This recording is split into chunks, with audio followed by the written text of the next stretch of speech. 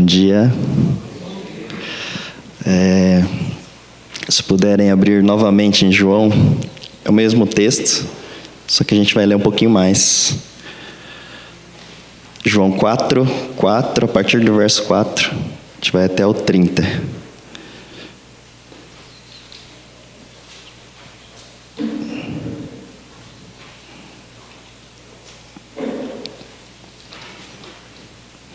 Eu vou pedir... Colocou na NVT, por favor.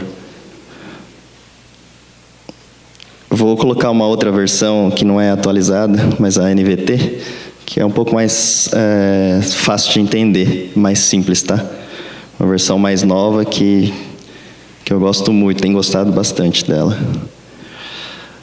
Estamos na véspera de Natal, então não tem como a gente não falar dele. Nosso Senhor, nosso Salvador, Jesus Cristo. Não tem como a gente não contar um pouco sobre Ele, sobre o que Ele fez e sobre o que Ele continua fazendo em nossas vidas e em todo o povo de Deus, né? Nessa passagem, como a gente leu, Jesus ele tem um encontro muito especial com uma mulher, que ela era uma mulher samaritana, né? A conversa que Jesus teve com a mulher, eu acredito assim, que foi muito rápida. Não foi nem 10 minutos. Mas foi uma conversa que foi tão profunda e transformadora na vida dessa mulher. Naquele momento que Jesus teve com ela. Que toda vez que eu leio, eu falo como Jesus fazia, né? Como Jesus andava, como Ele anunciava as boas novas, né? Um jeito tão especial que só Ele, o próprio Deus, pode fazer. E Jesus, a gente leu, não vou ficar lendo inteiro porque é muito comprido, mas a gente viu. Então Jesus, ele precisava passar, ele e os discípulos estavam em viagem, e eles precisavam passar por Samaria, porque era caminho, né? E no versículo 4 fala, teve de passar por Samaria, né? E chegou ao povoado samaritano de Sicar, perto do campo de Jacó, que Jacó tinha dado ao seu filho José. Então lá tinha um poço, onde o pessoal usava para tirar água, e esse poço foi feito pelo próprio Jacó. Um detalhe, por que a gente sempre fala assim, samaritano, né? Jesus ele sempre faz questão, tem algumas passagens, por exemplo, a passagem do bom samaritano. Tem a passagem da mulher samaritana. Por que Jesus fazia questão de citar e de se relacionar com o povo samaritano? Porque, na verdade, o povo samaritano era do povo judeu também. Só que lá na história, desde o Antigo Testamento, a gente vê que vai acontecendo algumas coisas que vão separando esse povo. Algumas tribos já tinham algumas rixas das 12 tribos de Israel. E chegou um momento onde tinha um lugar que chamava Samaria, e essa região de Samaria, algumas tribos viviam lá, da tribo dos judeus. Só que outras tribos viviam aonde? Em Jerusalém. E aí o que aconteceu? Samaria era um pouco mais afastada, e eles começaram a misturar mais. E com essa mistura que começou a acontecer, aquelas tribos acabaram se misturando com outros povos e adorando outros deuses, tá? Muitas vezes, todo o povo de Israel fazia isso. Se envolvia com idolatria, e Deus ia lá e trazia de volta. Mas, para o povo samaritano, isso foi um pouco mais forte. Acho que por conta da região, por conta das rixas que já havia com as outras tribos. E acabou que o povo judeu, que se dizia puro, ainda mais no exílio babilônico, se vocês leram ali em Neemias, quando eles começam a reconstrução do templo em Jerusalém, o que aconteceu? Houve uma purificação do povo judeu. Todos que tinham casado com mulheres estrangeiras tinham uma escolha, ou se largava a família e ficava, ou ia embora. Então teve essa purificação, entre aspas. Só que o povo samaritano já era totalmente misturado, não tinha como fazer isso. E aí começou a surgir um conceito que os judeus começaram a falar, que o verdadeiro lugar onde poderia adorar a Deus era em Jerusalém. E o povo samaritano, assim os judeus deram o nome, aquele lá é o povo samaritano, não é mais o nosso povo.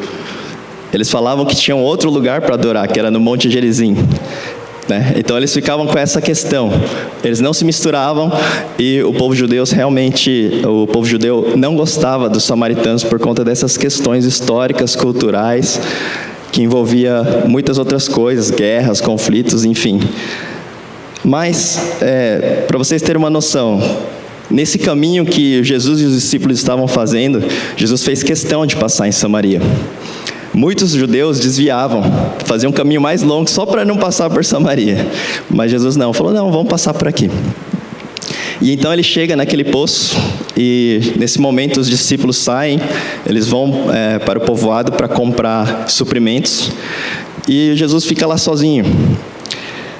E naquele momento surge uma mulher samaritana, sozinha, e ela vem para tirar a água daquele poço. Tá?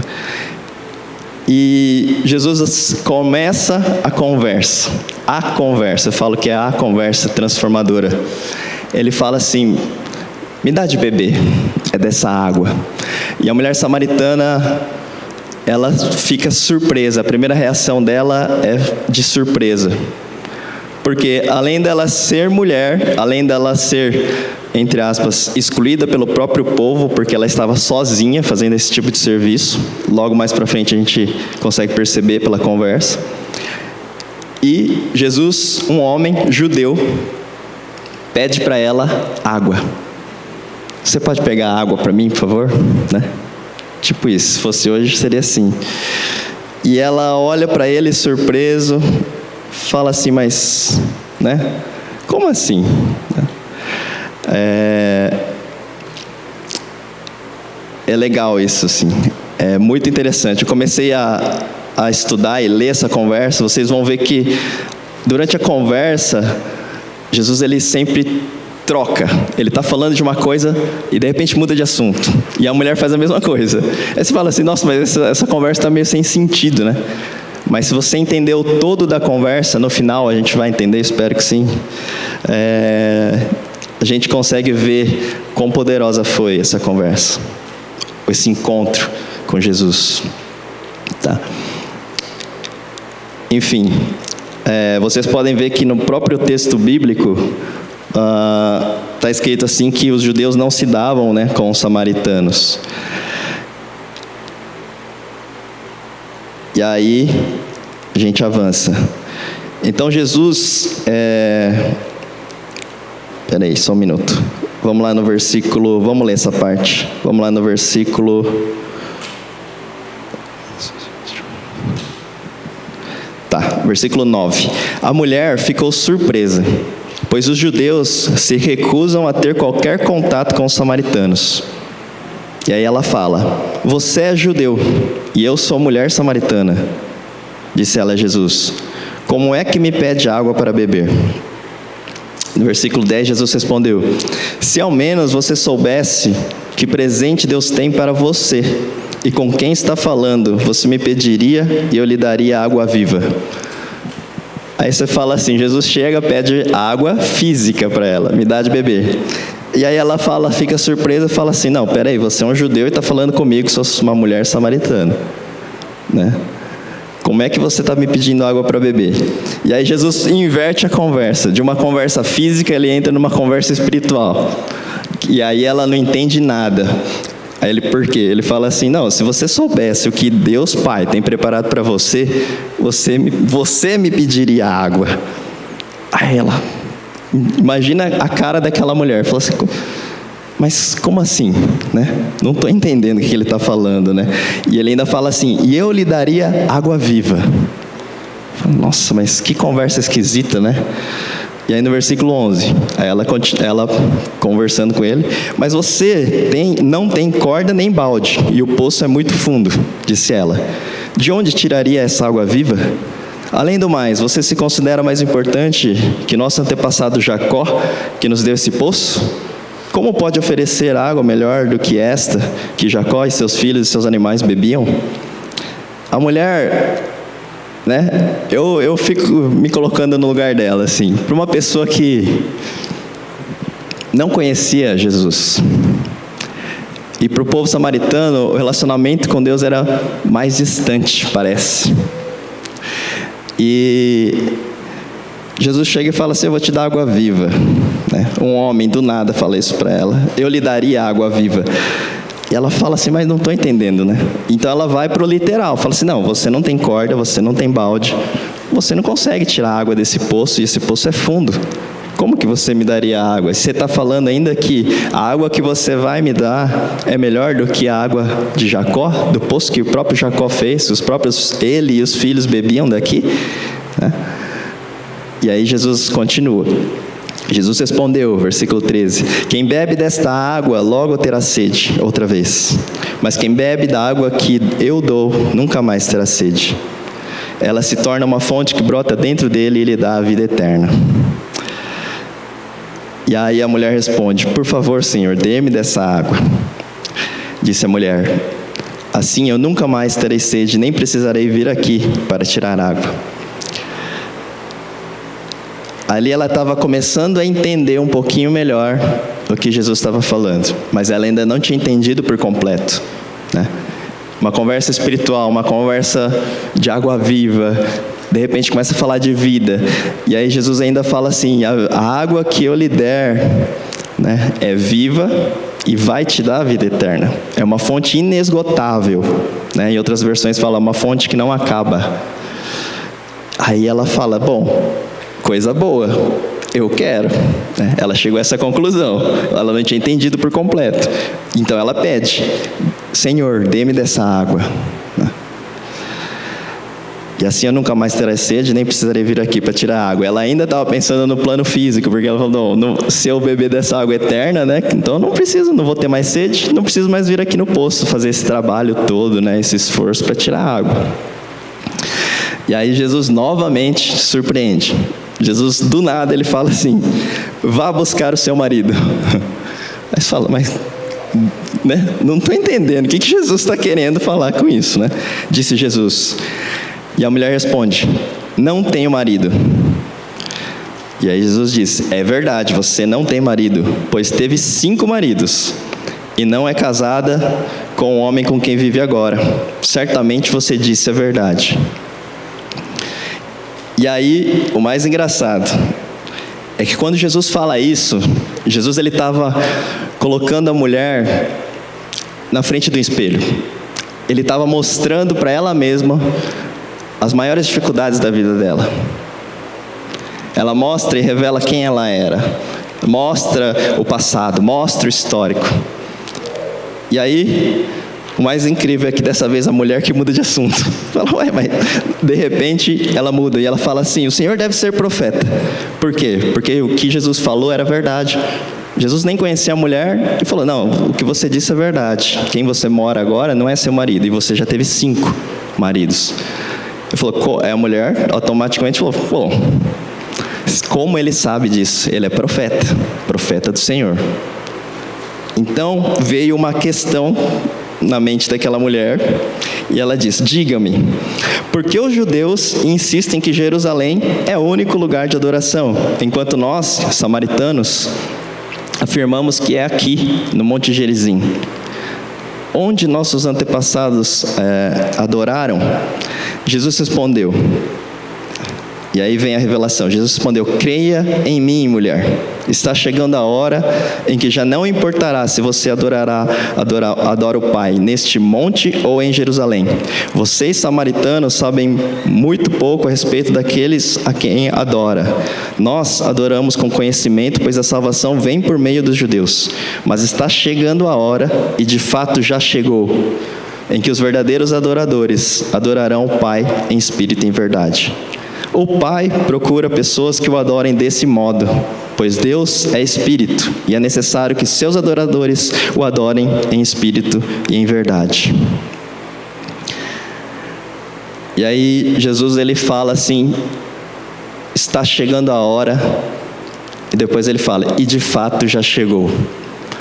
Essa conversa é tão transformadora e tão reveladora para nós e para a mulher, porque Jesus ele está se revelando quem ele é.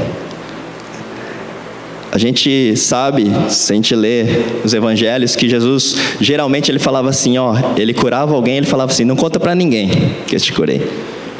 Sabe? Fica na sua, não precisa falar. Né? Jesus, ele não chegava falando assim, eu sou o Messias. Né? A gente não vê assim nas passagens, ele falando, eu sou o Messias, acreditem em mim. Mas aqui é diferente. Jesus aborda essa mulher e ele começa nessa conversa profunda. E quando ela joga essa questão cultural, nós achamos que devemos adorar aqui no monte, Gerizim. Os judeus em Jerusalém, vocês judeus, onde a gente deve adorar? Né?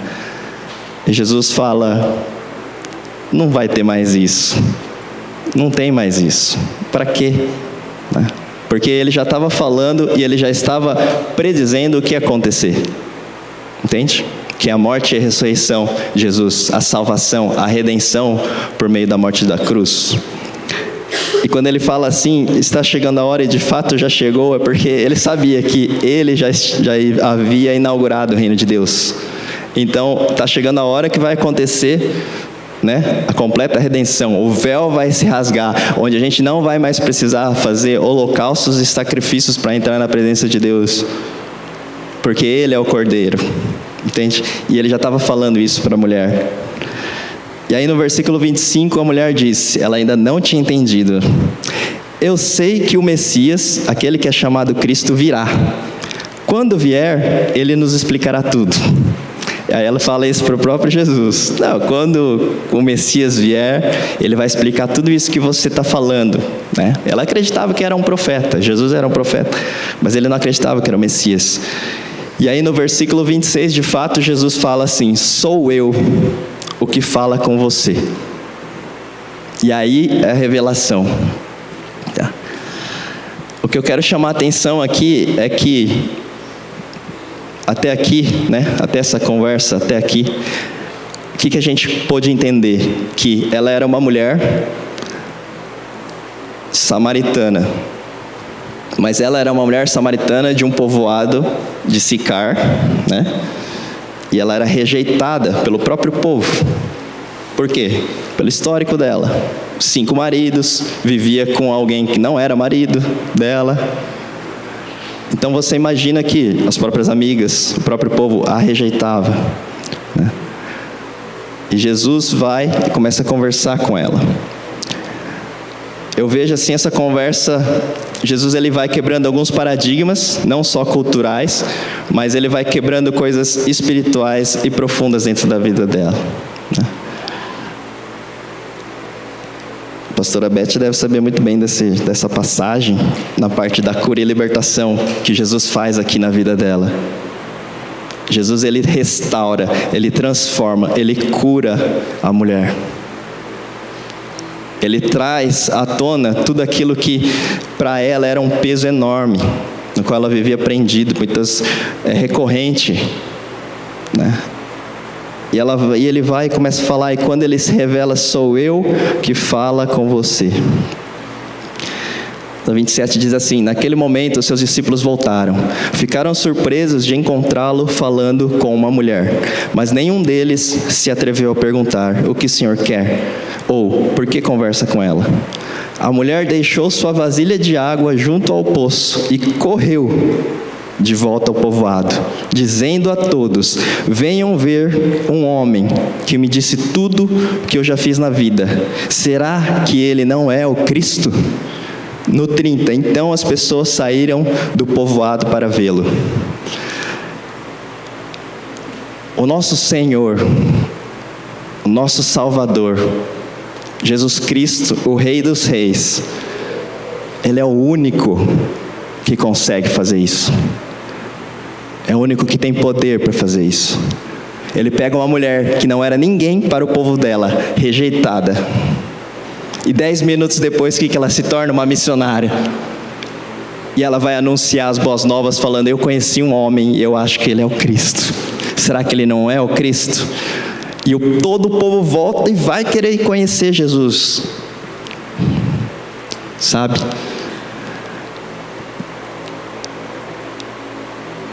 E E por que eu quis trazer essa passagem? Porque isso é Natal. Jesus Cristo veio. Jesus Cristo morreu na cruz. Jesus Cristo ressuscitou ao terceiro dia. E Jesus Cristo vive. Ele vive. Sabe? Jesus Cristo vive e Ele continua transformando vidas. Pegando pessoas excluídas, pessoas rejeitadas. E fazendo elas se tornarem protagonistas do reino de Deus. Eu digo isso porque eu não sei como foi o primeiro encontro que você teve com Jesus. Eu não sei quão impactante foi na sua vida. Para mim foi. Nunca vou esquecer. Foi o melhor dia da minha vida. Mas o que eu quero dizer para nós que já conhecemos e temos uma caminhada com Jesus Cristo é que Ele continua fazendo isso. Ele continua transformando todos os dias a nossa vida. Ele continua pegando aquelas coisas que para nós dói, aquelas coisas que para nós incomoda e é um peso, e transformando, e transformando, e transformando, e nos tornando semelhantes a Ele, nos tornando parecidos com Cristo, nos moldando em seu caráter. Isso é Natal.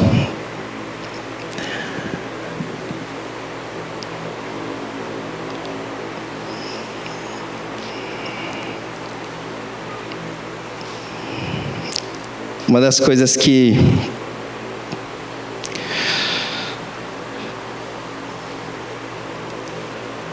eu sempre falo é que a nossa vida não pode parar, sabe?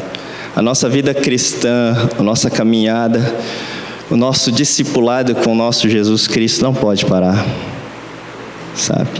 Jesus, Ele está vivo, Jesus, Ele está nos transformando todos os dias. Só que, às vezes, muitos aqui são já muitos anos de convertido, muitos anos de crente já. Às vezes a gente acaba se pegando aquele primeiro amor. E a vida parece que não vai para frente. Mas que nesse Natal a gente possa refletir e pensar um pouco na vida de Jesus. E pensar um pouco em como a gente está em relação a Ele. Será que a gente tem deixado Jesus transformar a gente? Ele é muito gentil, Ele não vai fazer a força, né? Ele não faz isso. Pelo contrário, Ele chega com tranquilidade e fala, você pode pegar água para mim beber, sabe? Eu não sei como Ele fala com você, mas eu tenho certeza que é assim. Ele não vai chegar impondo nada na tua vida. Mas às vezes a gente passa dificuldades, a gente passa algumas coisas... E a gente volta para Deus, né? Quando a gente passa dificuldades, né? Eu vi uma frase essa semana que eu falei, é verdade. Eu me concordei plenamente com ela, que é uma frase assim, que as alegrias não nos aproximam de Deus, mas as dificuldades sim. Entende? Essa semana o Simon ficou doente, ruim. A gente acha que foi intoxicação. E hoje, inclusive 3h50 da manhã, eu tive que voltar no hospital, porque ele também estava ruim ainda. Internou, ficou 2 dias internado. Foi uma luta, assim, a semana toda. E eu não podia ficar, porque podia ficar só um acompanhante no quarto. Então a Rebeca dormiu com ele, lá no hospital. Eu voltei para casa. E aí, quando eu estava voltando para casa, Deus me falou uma coisa, falou assim, você lembra, no começo do ano, que o Simon estava ruim? Você lembra quando ele teve convulsão febril e vocês acharam que era outra coisa, neurológica e tudo mais? E você lembra das coisas que eu fiz? Vocês se colocaram de joelhos naquele tempo, naqueles dias, e clamaram a mim. E realmente, a gente clamou a Deus, e o resultado dos exames foi todos negativos. O eletro deu negativo, deu tudo negativo. E foi quando ele cortou o remédio, não toma mais remédio constante. E eu falei, poxa vida, a gente está na mesma situação, é outra doença, né? Outra coisa, mas às vezes a gente não ora, né? Às vezes a gente quer fazer pela nossa própria força. Não, ficou ruim, então vamos para o hospital, né? Eu tenho costume de orar assim e tal. Então, ficou ruim, a gente já pega ele, já ora, tal, Deus, tal, o Senhor sabe. Mas a primeira reação nossa é, vamos para o hospital. E a gente foi para o hospital. Só que o que eu entendi, que Deus estava querendo me dizer, é que olha o tanto que você me buscou naquela época. E olha o tanto que você está me buscando agora, sabe? Estou falando de uma coisa muito pessoal, tá? E eu falei, é verdade. E aí naquele momento eu falei, vou orar a Deus. E eu comecei a orar e clamar a Deus, clamar a Deus.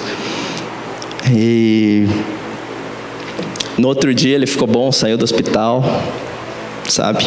E aí a primeira coisa que me veio assim foi, Deus é fiel. Sabe? Foi assim, entender a soberania dele assim, muito próxima. Falei, como ele é soberano, como ele é bom. Nosso Deus é muito bom, sabe? Como ele tem a nossa vida nas mãos dele, assim. Como a gente é pó, sabe? Mesmo assim ele nos ama, ele nos conduz, nos transforma, sabe? E a gente deve deixar o nosso Jesus, nosso Salvador, o Rei que vive, o nosso Rei dos Reis, o Senhor dos Senhores, conduzir a nossa vida, deixar Ele transformar, deixar Ele fazer, sabe? Não nos esquecer nas alegrias, ter gratidão no coração, buscar Ele mais ainda. E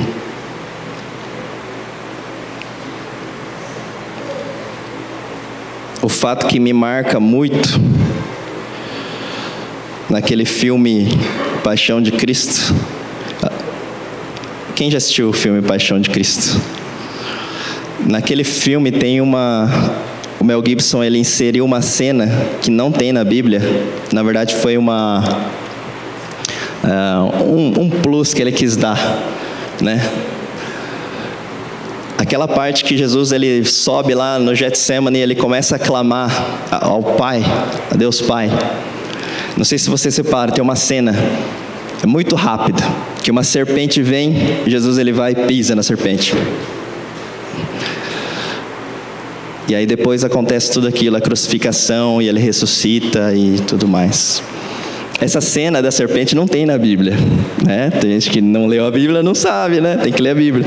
Mas essa cena não tem na Bíblia. Aí você fala assim, mas como não tem na Bíblia? Ali o Mel Gibson pôs. Não tem, naquele momento, não tem. Mas por que o Mel Gibson colocou? Porque lá em Gênesis 3, depois da queda, quando Deus vem e ele começa a decretar para cada um, para a serpente, para a mulher, para o homem, ele começa a decretar a sentença para cada um, né? O que ele fala para a serpente? Ele fala que virá alguém, virá o Messias, e ela vai ser morta, vai ser esmagada. E é por isso que Mel Gibson colocou, porque isso aí Deus prometeu lá em Gênesis. Porque desde a criação e desde a nossa falha, do nosso pecado humano, Deus já tinha um plano de redenção para as nossas vidas. Sabe? No capítulo 1 tem a criação. No capítulo 2, está lá vivendo no jardim. No 3 eles já caíram, tem a queda no final do 2 e tem a sentença no 3. E no capítulo 3 de Gênesis, Deus já promete que enviaria o Messias, o nosso Salvador, Jesus Cristo. E é por isso que Mel Gibson coloca essa cena. O leão esmagou a serpente. Sabe? Esse é o nosso Deus, esse é o nosso Rei, esse é o nosso Redentor. E que nesse Natal, porque isso é Natal, a gente possa lembrar disso. Jesus Cristo nasceu, viveu entre nós, morreu, ressuscitou e vive entre nós também, até hoje. E que possamos ser assim, transformados dia a dia, sabe? Como essa mulher que, diante dos olhos dela, de repente ela estava ali falando e conversando com o homem, e de repente cai as escamas e ela começa a enxergar quem ele é. Eu estou diante do Rei, o que eu vou fazer? Isso que é o mais legal. A reação dela qual foi? foi correndo contar. Foi correndo falar das boas novas. Jesus Cristo vive, o Cristo está aqui, vamos lá. Sabe? Que a gente possa ser assim. Que nas nossas famílias, de repente, se tiver alguém ali que não conhece Jesus Cristo, que possamos nos lembrar, que possamos contar essas histórias. Sabe? Tem gente que acha que evangelizar é difícil. Evangelizar não é difícil. Evangelizar é só contar a história de Jesus, é só falar dele. Quem ele é fala por si só. O que ele fez, o que ele faz. A vida que ele te deu e toda a transformação que ele faz na sua vida já é um grande testemunho. Já é um grande evangelismo. Amém? Vamos orar? Senhor Jesus, nós queremos te agradecer, te dar toda a honra, toda a glória. E Deus, queremos realmente sempre, Deus, sempre estar de coração aberto, Senhor, para o que o Senhor quer fazer, para aquilo que o Senhor precisa ainda transformar em nós, para aquelas coisas que ainda nos geram peso, que ainda precisam ser trabalhadas. Mas Deus, nós queremos estar contigo, Senhor. Não tem nada melhor do que estar na Tua presença, permanecer na Tua presença, Senhor. Estar sentindo a Sua presença, Senhor. Não tem nada melhor do que isso, Deus. Não tem nada melhor, Senhor, do que poder ler na Tua palavra, Senhor, e ser transformado, impactado por quem o Senhor é. Nós somos Seus seguidores, Deus, Seus discípulos, Seus filhos. E nós queremos cumprir, Deus, aquilo que o Senhor quer para as nossas vidas, como igreja, como cristão, onde quer que a gente esteja, Senhor. E nós queremos te agradecer pela Tua obra na cruz e pela Tua obra, Senhor, todos os dias das nossas vidas. Obrigado, Senhor, porque nós somos escolhidos pelo Senhor e temos o privilégio de caminhar contigo. O privilégio, Senhor, de ter essa água viva dentro de nós. Essa água viva que nos leva à eternidade. Essa água viva que nos sacia de verdade. Em nome de Jesus, nós te agradecemos e te louvamos. Amém.